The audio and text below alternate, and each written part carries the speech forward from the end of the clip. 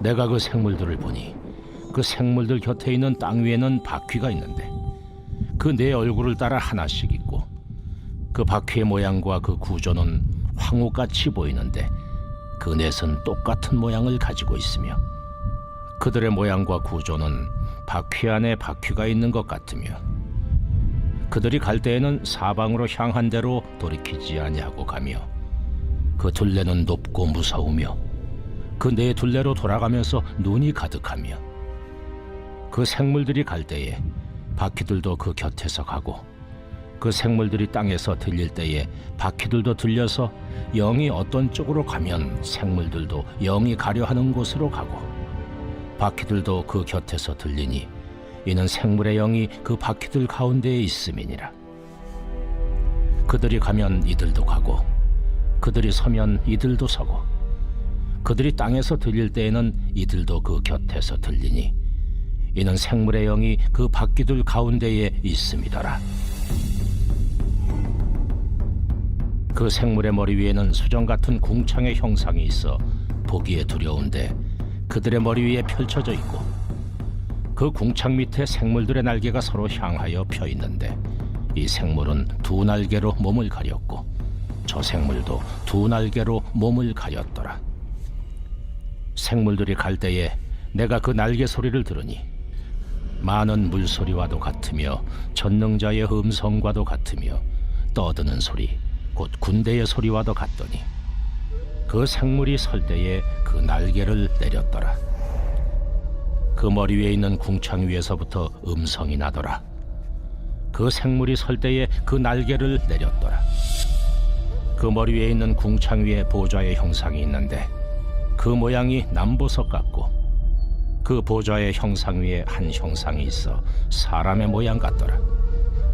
내가 보니 그 허리 위의 모양은 단쇠 같아서 그 속과 주위가 불 같고 내가 보니 그 허리 아래의 모양도 불 같아서 사방으로 광채가 나며 그 사방 광채의 모양은 비 오는 날 구름에 있는 무지개 같으니 이는 여호와의 영광의 형상의 모양이라. 내가 보고 엎드려 말씀하시는 이의 음성을 들으니라. 할렐루야. 오늘도 말씀으로 하루를 여시는 천안침례교회 모든 성도님들을 주님의 이름으로 사랑하고 축복합니다.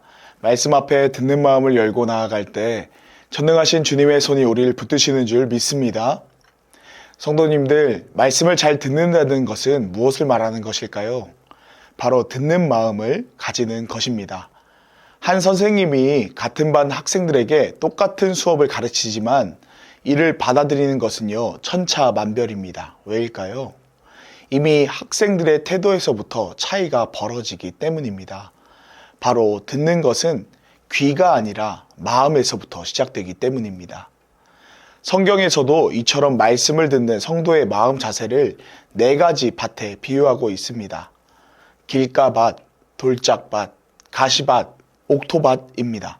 그런데 사실 이 모든 밭들은 모두 다 같은 밭, 한 밭입니다. 같은 밭 안에서 이렇게 나눠지는 것입니다. 그러나 같은 농지 안에서 동일하게 씨를 뿌리고 물을 주고 같은 햇빛을 받지만요, 추수할 때가 되면 수확물은 어떤 밭에 심었느냐에 따라 다 달라집니다. 그래서 우린 이 마음밭을 잘 기경하여 듣는 마음을 가져야만 합니다. 그래서 말씀을 듣는 우리는요, 그저 예배의 자리에 와서 출석 도장만 찍는 것이 아니라 마음 도장을 찍어야만 합니다. 마음 도장은요, 듣는 마음과 귀를 활짝 여는 것을 말합니다. 바로 말씀을 듣고 말씀에 직면하는 태도를 말합니다. 하나님이 말씀하시면 무엇이든지 내 생각을 내려놓고 100% 받아들인다는 것입니다. 말씀을 거울 삼는다는 것을 말하죠. 말씀이 그러하다면 말씀을 거울 삼아 나를 조명하는 것입니다. 거울 앞에선 피할 수 없기 때문입니다. 마찬가지로 말씀 앞에 피할 수 있는 것은 아무것도 없습니다. 전능하신 하나님의 눈을 피할 수 있는 것은 아무것도 없기 때문입니다. 본문 15절에서 18절 말씀입니다.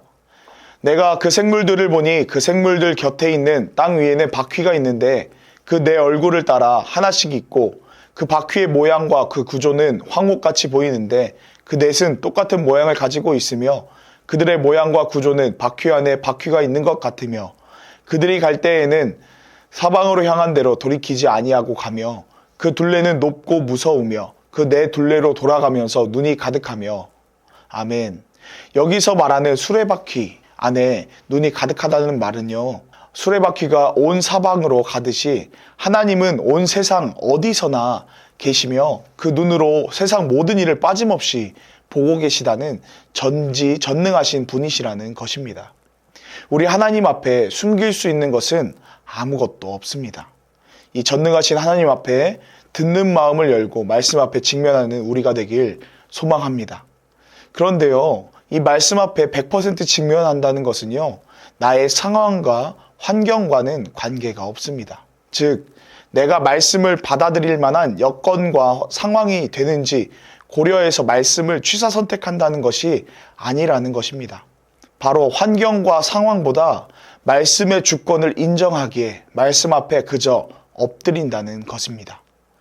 오늘 본문의 저자인 이 에스겔도 고통으로 좌절된 상황 속에서도요, 하나님의 환상과 말씀이 임하자 그 앞에 듣는 마음으로 엎드립니다. 본문 28절 말씀입니다. 그 사방 광채의 모양은 비 오는 날 구름에 있는 무지개 같으니 이는 여호와의 영광의 형상의 모양이라. 내가 보고 엎드려 말씀하시는 이의 음성을 들으니라. 아멘. 오늘 본문의 저자인 에스겔은 하나님의 사람, 선지자입니다. 그는 이제 갓 30살입니다. 한창 일하고 쓰임받을 나이죠. 이후 성경에선 사람들이 계속해서 에스겔에게 자문을 구하러 오는 것으로 볼 때 영향력도 상당히 있었을 것으로 보여집니다. 하지만 에스겔의 인생은 좌절되어 있는 상황입니다. 에스겔은 지금 바벨론의 포로로 붙잡혀가 그발강가에서 강제 노역 중에 있는 상황입니다. 정상적이었다면 30살이어서 정식 제사장으로 쓰임받을 나이였지만 지금은 바벨론에 사로잡혀 벌써 5년째 강제 노역 중에 있습니다. 그러나 그뿐이면 다행이겠습니까? 그가 어릴 때부터 배우고 믿었던 전능하신 하나님이 온데간데 없는 것처럼 느껴지는 상황입니다. 하나님이 지키셨던 유다 왕국이 바벨론의 전차와 철병거 앞에 처참히 무너져 내린 것을 그는 경험하고 있습니다. 그토록 믿었던 전능하신 하나님이 바벨론에 마치 진 것 같은 그 허탈함과 충격에 이 30살 남짓의 청년은 충분히 좌절에 빠질 수 있었을 것입니다. 우리도 세상을 살면서 마치 하나님이 세상에 진 것처럼 여겨지실 때는 없으십니까? TV를 보면서, 세상 돌아가는 상황을 보면서, 아니 당장 내 삶을 보면서 세상이 물밀듯이 들어오는 무너진 내 마음의 성벽을 보며 한탄해하고 있진 않으십니까? 하나님, 도대체 어디 계십니까? 그런데 바로 그때 그 포로되고 좌절된 그발강가에 무너진 에스겔이 있는 그곳에서요, 하늘이 열리고 하나님의 임재가 임했던 것입니다. 에스겔 1장 1절에서 3절 말씀입니다. 30째 해 넷째 달 초닷새에 내가 그발강가 사로잡힌 자 중에 있을 때 하늘이 열리며 하나님의 모습이 내게 보이니 여호야긴 왕이 사로잡힌 지 5년 그 달 초닷새라. 갈대아 땅 그발강가에서 여호와의 말씀이 부시의 아들 제사장 나 에스겔에게 특별히 임하고 여호와의 권능이 내 위에 있으니라. 성도님들, 하늘이 열린다는 것은 무엇을 말하는 것입니까? 말씀이 임한다는 것입니다. 우리 삶엔 여전하게 고난과 괴로움과 뜻모를 아픔이 있습니다. 안타깝게도 현실 또한 오늘도 여전할 수 있습니다. 하지만 그 가운데 하나님의 말씀이 들리기 시작하면 우린 오늘 사는 줄 믿습니다. 어디서 그 회복의 말씀이 임합니까? 하나님의 말씀이 선포되는 예배의 자리인 줄 믿습니다. 예레미야 29장 11절에서 13절 말씀입니다. 여호와의 말씀이니라. 너희를 향한 나의 생각을 내가 아나니 평안이요 재앙이 아니니라. 너희에게 미래와 희망을 주는 것이니라. 너희가 내게 부르짖으며 내게 와서 기도하면 내가 너희들의 기도를 들을 것이요 너희가 온 마음으로 나를 구하면 나를 찾을 것이요 나를 만나리라. 아멘. 그래서요, 성도님들, 지금 말씀이 계속해서 들리고 계십니까? 그렇다면 그것이 우리에게 가장 큰 축복인 줄 믿습니다.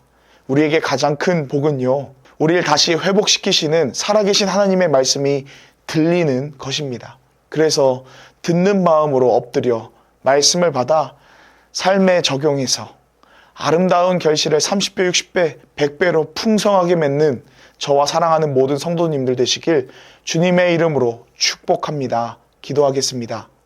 선하신 주님, 말씀의 자리에서 오늘도 주님을 의지하며 겸손히 말씀 붙들고 엎드립니다. 주 말씀 앞에 엎드려 내 생각을 내려놓고 주의 얼굴 구할 때 하늘의 신령한 은혜를 넘치게 부어주소서. 간구하는 것은 마땅히 힘들고 지칠 때도 주 말씀 따라 순종하며 말씀의 아름다운 결실을 많이 맺을 수 있도록 믿음과 은혜를 더하여 주소서. 예수님의 이름으로 기도했습니다. 아멘. 주 말씀 내 삶 비출 때 감사하게 하소서. 내게 주신 말씀 그 말씀을 따라 살아가게 하소서. 주 말씀 내 삶 비출 때 겸손하게 하소서. 내게 주신